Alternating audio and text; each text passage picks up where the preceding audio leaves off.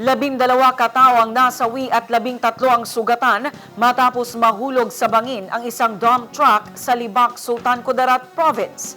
Mula sa pamamanhika ng mga biktima at pauwi na sa bayan ng Sultan Kudarat nang mawalan umano ng preno ang dump truck at nahulog. Inilibing na mga biktima kaninang umaga. Nagpaabot naman ng agarang tulong si Governor Datu Tukaw Mastura na personal na nakiramay sa pamilya ng mga biktima.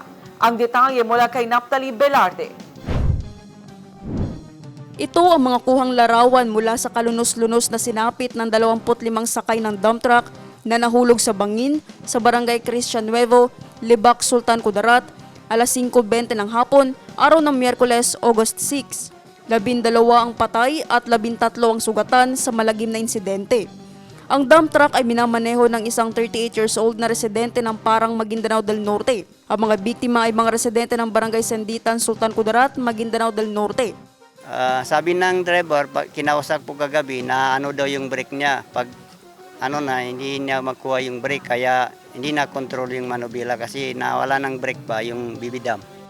Kagagaling lamang umano ng pamamanhika ng mga biktima at pauwi na sa Sultan Kudarat nang mangyari ang insidente. Ang nangyari doon, nagpunta sila doon sa Libak, nagsalangguni sila doon. Ang nangyari, pauwi na sila. Apat na truck sila. Dalawa yung nauna na multicab, nagsunod yung van.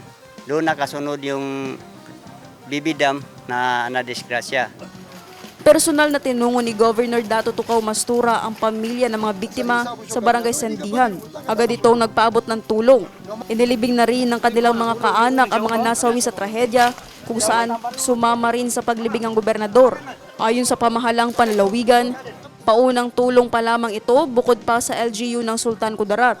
Naphtali Velarde, iMinds, Philippines.